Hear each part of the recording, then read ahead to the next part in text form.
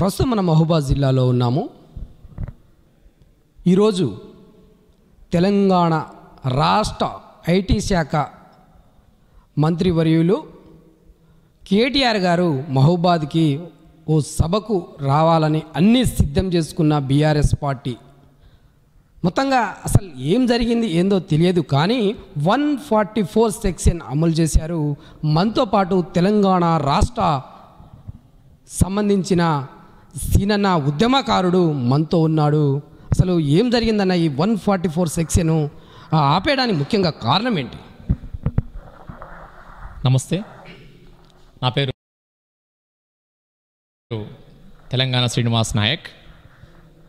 So ఇవాళ 144 section మహిబాద్ ప్రాంతంలో police వారు పెట్టడం కారణం ఏమిటంటే, ముఖ్యంగా మహిబాద్ అంటేనే రాళ్ల చరిత్ర, పోరాట నేపథ్యం ఉన్న గడ్డ. ఇలాంటి ఉద్యమ గడ్డలో నాలాంటి ఉద్యమకారులు ఎంతోమంది కరడుగట్టిన వాదుల్లాగా ప్రాంతీయవాదిగా ఒక అభిమానంతో పోరాటంతో సమస్యల పరిష్కారం అవుతాయని చెప్పేసి ఆలోచన గల్ల గడ్డ ఇది. ఈ ప్రాంతంలో ఇవాళ మా బీఆర్ఎస్ పార్టీ నాయకులు కొంతమంది వ్యవహరించే తీరు మూలంగా ఈ సమస్య జటిలమైంది. ఇలా గౌరవ పోలీసు వారు కూడా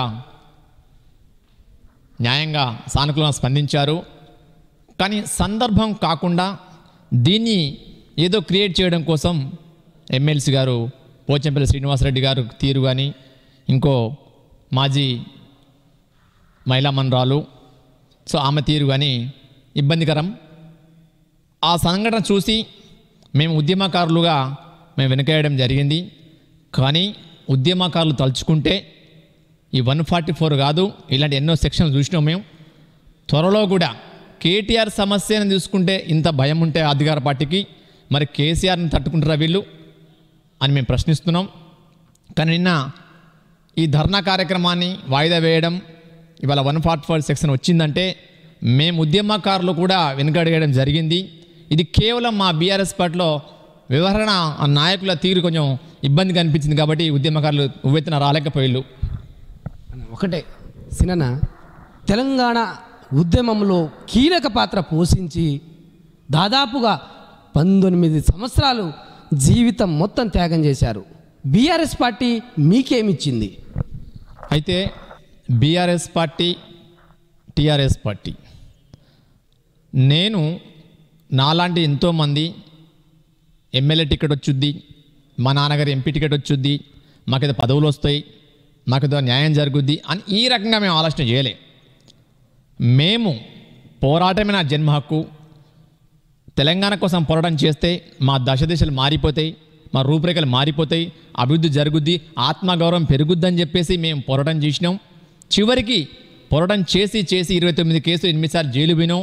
మేము కూడా ఒక గిరిజన బిడ్డగా గల్లీ నుంచి ఢిల్లీ వరకు గౌరవ కేసీఆర్ గారు ఎంతమంది కలిసిలో నేను కూడా యథావిధిగా సేమ్ నాడు ముఖ్యమంత్రి అయినటువంటి చంద్రబాబు నాయుడు గారు కావచ్చు, కిరణ్ కుమార్ రెడ్డి గారు కావచ్చు, వైఎస్ రాజశేఖర రెడ్డి గారు కావచ్చు, తర్వాత రోషా గారు కావచ్చు, వీళ్ళందరితో పాటు ఢిల్లీలో కూడా శరద్ పవార్ గారు కావచ్చు, శరద్ యాదవ్ గారు కావచ్చు, రామ్విలాస్ పాస్వాన్ కావచ్చు, మహాత్మా గాంధీ మనవరాలు తారాగాంధీ గారు భట్టాచార్య కావచ్చు, స్వామి అగ్నివేశ్ కావచ్చు, ఇలా జాతీయ స్థాయిలో కూడా ఎంతోమందిని కలిసి తెలంగాణ ఏర్పాటు కోసం మీరు సహకరించండి, పార్లమెంట్లో బిల్లు పెట్టే విధంగా ప్రయత్నం చేయండి అని చెప్పేసి మేము కూడా మా కేసీఆర్ గారితో సరి సమానంగా పోరాటం చేసినాం. మా నేపథ్య చరిత్ర అలా ఉంది. అయినా కూడా నాంటి దగాపడ్డ ఉద్యమకాలు చాలామంది ఉన్నారు, వాళ్ళకి న్యాయం జరగలేదు. ఇప్పుడైనా న్యాయం చేస్తారేమో అని ఒక చిన్న ఆశతో ఉన్నాం తప్ప, ఉద్యమకాలు తలుచుకుంటే మాకు అన్యాయం జరిగింది. అయినా కూడా ఇప్పుడైనా మార్పు రావాలి, మా బీఆర్ఎస్ పార్టీ నాయకుల మార్పు రావాలని కోరుకుండా రాని పక్షంలో తదుపరి మాట్లాడతా.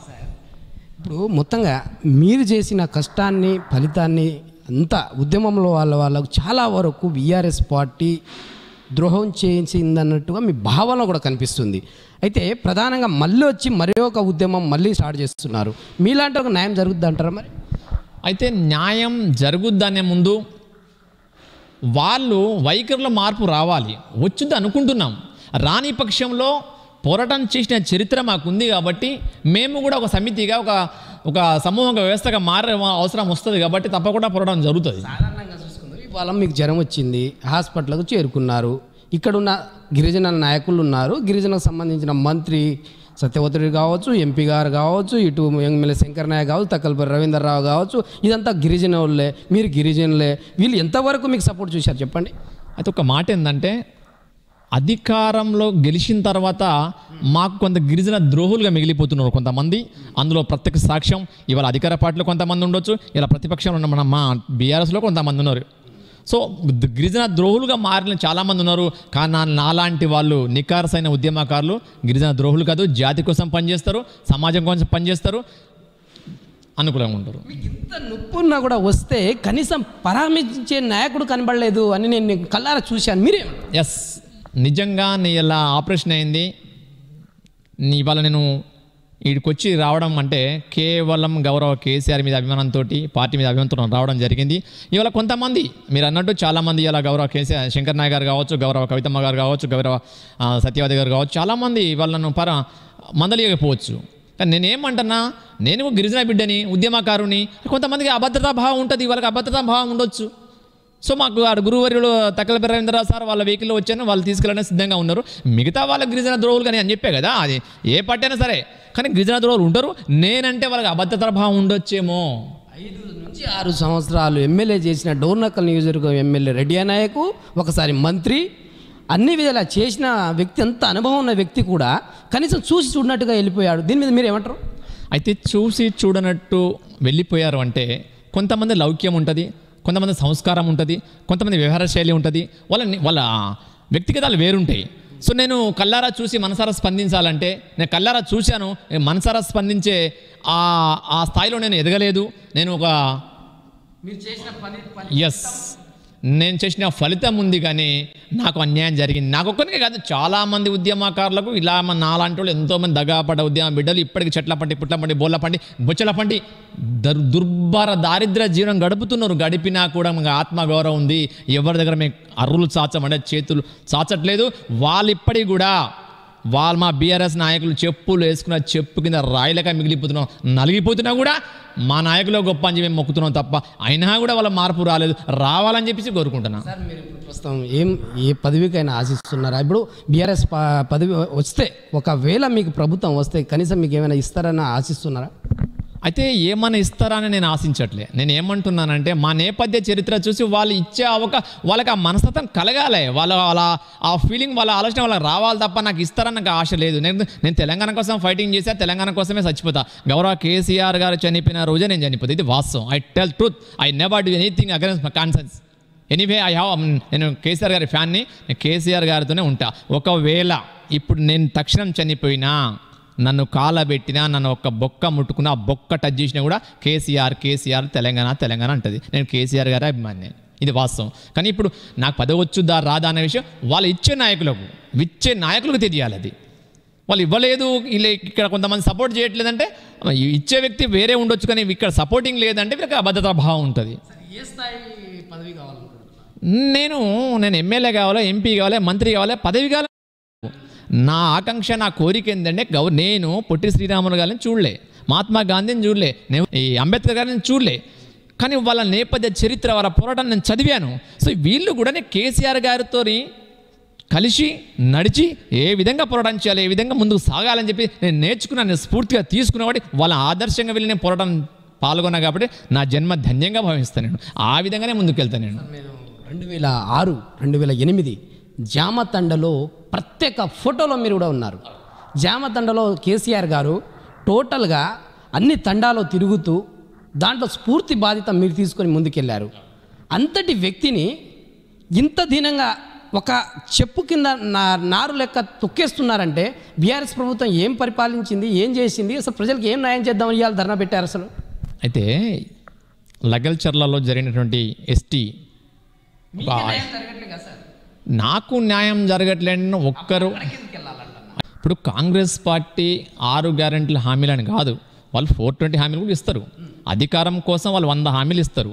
చేసేటప్పుడు కాంగ్రెస్ పార్టీ కాకుండా పని చేయని ప్రతి ఒక్కరు ప్రశ్నిస్తారు. ప్రజాస్వామ్యంలో ప్రశ్నించే హక్కు ఉంటుంది, నిరసన తెలిపే హక్కు ఉంటుంది, ధర్నా చేసే హక్కు ఉంటుంది. ఏం చేశారనే ముందు సంవత్సరం అవుతుంది, ఏం చేశారా లేదా అన్న విషయం ఎందుకు పతనం అవుతుంది ఒక కేటీఆర్ వస్తాడనగానే ఈ సమావేశాలు, ఈ వాయిదాలు ఇవన్నీ రద్దు చేస్తే కార్యక్రమం భయపడుతున్నారంటే, ఒక లగల్చర్లో చాలు, ఒక ఎగ్జాంపుల్, లగల్చర్లో చిన్న తండాస్ ఒక 700 కుటుంబాలు ఉంటాయి. ఆ 700 కుటుంబాలలో రాష్ట్రం మొత్తం అతలకొల్లం అవుతుంది. ఇలా మహిబాద్ ప్రాంతంలో జరిగే ఉద్యమ కేటీఆర్ వస్తానని ఇలా అతలకొల్లం అవుతుంది. అంటే చిన్న చిన్న సంఘటనకు వాళ్ళు ఇట్లా భయపడుతున్నారంటే మరి 5 సంవత్సరాలు కొనసాగిస్తారా? నాకు కూడా సంసిద్ధం ఉంటుంది. మీరే అది మనకు చాలామంది ప్రశ్నించుకుంటారు. మరి యథావిధిగా 5 సంవత్సరాలు కొనసాగిస్తే ఈ 6 గ్యారెంటీ కాదు, వాళ్ళు 420 అంటారు, 100 అంటారు. వాళ్ళు అమలు చేసిస్తేనే కొనసాగుతారు. చేస్తున్నారా లేదా? ఈ 2 సంఘటనలు చాలు, కల్చర్లా కావచ్చు, ఇలా మహిబాద్ కావచ్చు, ఈ 2 సంఘటనలు చాలు వాళ్ళు ముందుకెళ్ళిన పరిస్థితి కనిపించదు. సార్ ప్రధానంగా ఇంకోటి లాస్ట్ క్వశ్చన్ ఇది. టీఆర్ఎస్ పార్టీ, బీఆర్ఎస్ పార్టీ గతంలో కొన్ని హామీలు అయితే ఇచ్చింది. ఆ హామీలు ఎలా ఉన్నాయంటే, ప్రతి పేదవాడికి డబుల్ బెడ్రూమ్ ఇస్తాము, ప్రతి ఒక్క పేదవాడికి 2 ఎకరాల భూమి ఇస్తాను, ప్రతి పేద గిరిజన కుటుంబాల దళితులకు వాళ్ళకు సంబంధించిన కొంత సాయం చేయడానికి కొన్ని పథకాలు పెట్టారు. ఈ పథకాల లెక్కే ఉండిపోయి. దీని మీద మీ అభిప్రాయం ఏంటి?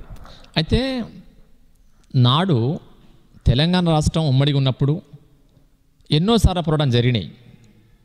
ఒక స్థితికి రాలే, ఒక దశ లేదు. తర్వాత గౌరవ కేసీఆర్ గారు రావడంతో ఇవాళ 33 జిల్లాలైంది. కేసీఆర్ గౌరవం కాదా? గొప్పతనం కాదా? ఇలా మండలాలు అయినాయి, గొప్పతనం కాదా? మున్సిపాలిటీ అవుతున్నాయి, గొప్పతనం కాదా? తండాలు, గ్రామ పంచాయతీ గొప్పతనం కాదా? ఇవాళ కలెక్టర్ ఆఫీస్ చూసుకున్నా, ఎంపీడీ ఆఫీస్ చూసుకున్నా, ఎంఆర్ ఆఫీస్ చూసుకున్నా, ఏ ప్రభుత్వ కార్యాలయాలు పోయినా కూడా కేసీఆర్ బొమ్మే కనిపించే అవకాశాలు ఉంటాయి. సో నేను కేసీఆర్ అభిమానిగా నేను చెప్పట్లే కాదు, మీరు ఆలోచన చేయాలి, ప్రజలు కూడా ఆలోచన చేస్తున్నారు. రైతులకి అన్యాయం జరిగిందంటే డబల్ బెడ్రూమ్ కాడ వెనక ముందు కావచ్చు, కానీ రాజకీయ పరిణామాలను బట్టి మార్పులు వస్తూ ఉంటాయి. ఆ రాజకీయ పరిణామాలను బట్టి మేము ఇంప్లిమెంట్ కాకపోవచ్చు, త్వరలో అది కూడా ప్రయత్నం చేస్తున్నారు, చేసే అవకాశం ఉంటుంది అనుకుంటున్నాను. ఉద్యమకారులకు ఎంతో కొంత వాళ్ళకు స్థాయి తగ్గట్టుగా వాళ్ళకు ఒక ఇల్లు కట్టియాలి, ఒక ఉద్యోగం ఇవ్వాలి, వాళ్ళకు ఒక భరోసా కల్పించాలన్న కేటీఆర్ గారు ఆ రోజు ఆనాడు చెప్పారు, మర్చిపోయి ఉన్నారు. వాళ్ళ మీద మీరేమంటారు? అయితే వాస్తవంగా అయితే ఉద్యమ నేపథ్యం ఉన్న వాళ్ళను గుర్తించాలి. మేము లక్షాధికారులం కాదు, కోటీశ్వరులం కాదు, మేము కేవలం కేసీఆర్ని చూస్తే మేము ఉద్యమం నేపథ్యంలో వచ్చినాం కాబట్టి, పోరాటం చేయడమే మా పనిగా పెట్టుకున్నాం కాబట్టి, తెలంగాణ సాధించడం మా పాత్ర కీలకం ఉంది కాబట్టి, అది గుర్తించి మాకేదైనా వాస్తవంగా చేయాల్సిన అవసరం ఉంది. ఒక్కనికే కాదు, ప్రతి ఉద్యమ బిడ్డకి తప్పకుండా గౌరవ కేసీఆర్ గారు కానీ, గౌరవ మా అప్కమింగ్ ముఖ్యమంత్రి అనుకుంటున్నాం మేము కేటీఆర్ గారు కావచ్చు, కానీ వీళ్ళు ఏం చేయాలంటే ఉద్యమకారులను వీళ్ళు నిజంగా అక్కడ చేర్చుకుంటే బాగుంటుంది, వాళ్ళు ఆదుకుంటే బాగుంటుంది అని చెప్పేసి నేను ఉద్యమ బిడ్డగా నేను కోరుకుంటున్నాను. ప్రధానంగా ఒకటే సార్ అయిపోయింది. మొత్తంగా అయితే మీరు చెప్పిన విషయాల్లో విశ్లేషణతో బరాబర్గా చెప్పారు, బాగానే ఉంది. అయితే ఉద్యమకారులకు ఈసారైనా మీరు అడిగే పదవులు కావచ్చు, మీకు వెనకున్న వాళ్ళకు కావచ్చు, ఏమైనా అవకాశం ఇచ్చే స్థాయిలో ఉన్నదా? అయితే ఇచ్చే స్థాయిలో ఉన్నదంటే స్థానిక నాయకులు చేపట్టి కొంచెం అవకాశం సన్నగిలుతుంది.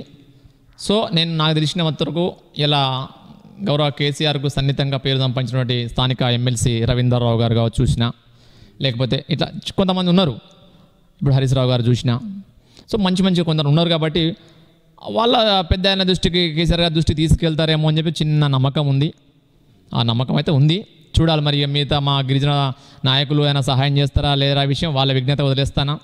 ఇలా మాకు ఉన్నాయి ఇక్కడ ఒక రామచంద్ర గారు కావచ్చు, బలరాం నాయక్ గారు కావచ్చు, ఇప్పుడు ఇంకా పక్కన ఉన్నగా మురళీ నాయక్ గారు కావచ్చు, శంకర్ నాయక్ కావచ్చు, కవితమ్మ కావచ్చు, సత్యవతి గారు, ఎంతోమంది మేధావులు ఉన్నారు మా దాంట్లో. కానీ మళ్ళీ వీళ్ళు సహకరిస్తారా లేదా అనే విషయం వాళ్ళ విజ్ఞత వదిలేస్తా, వాళ్ళకు గౌరవంతోనే వాళ్ళకి వదిలేస్తున్నా. కానీ వీళ్ళు కేసీఆర్కి సన్నిహితంగా ఉన్న వాళ్ళకి మాత్రం మా మీద ప్రేమ చూపుతారు.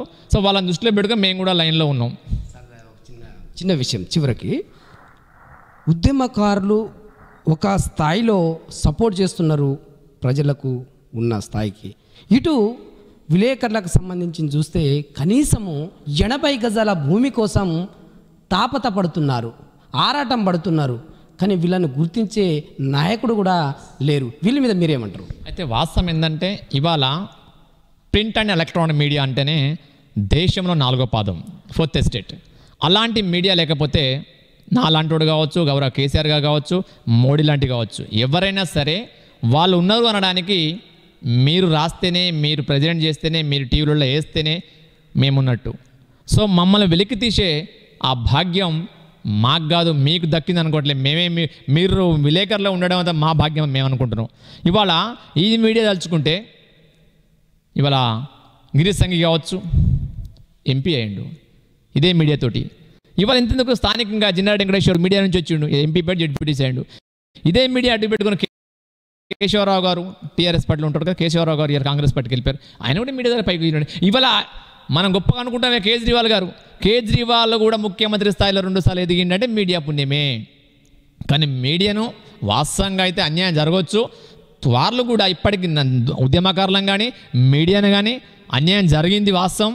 వాళ్ళని హక్కున చేర్చుకొని వాళ్ళకి ఏ విధంగా అయితే దశ దిశలు చూపించే మార్గం వాళ్ళు వ్యూహం పన్నుకొని మనం ఒక మార్గం చూపిస్తే తప్పకుండా న్యాయం జరుగుద్ది. సో మీడియాకి అన్యాయం జరిగింది, ఉద్యమకారులకు అన్యాయం జరిగింది. ఈ విషయంలో నేను కూడా ఏకీభవిస్తున్నాను. ఈ విషయం కూడా ఉద్యమకారుల విషయం ప్లస్ మీడియా విషయం, ఈ రెండూ కూడా మా స్థానిక నాయకులు కూడా చెప్తాం.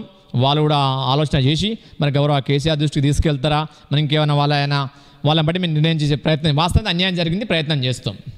తెలంగాణ ఉద్యమకారు సీనన్న ఒకటే చెప్తున్నారు, సమస్యలను అన్నిటినీ ఎదుర్కొన్నాము కానీ అనుకున్న స్థాయికి ఎదగలేకపోయాము అనే ఒక భావన అయితే, ఆ బాధ అయితే కనిపిస్తూ ఉంది.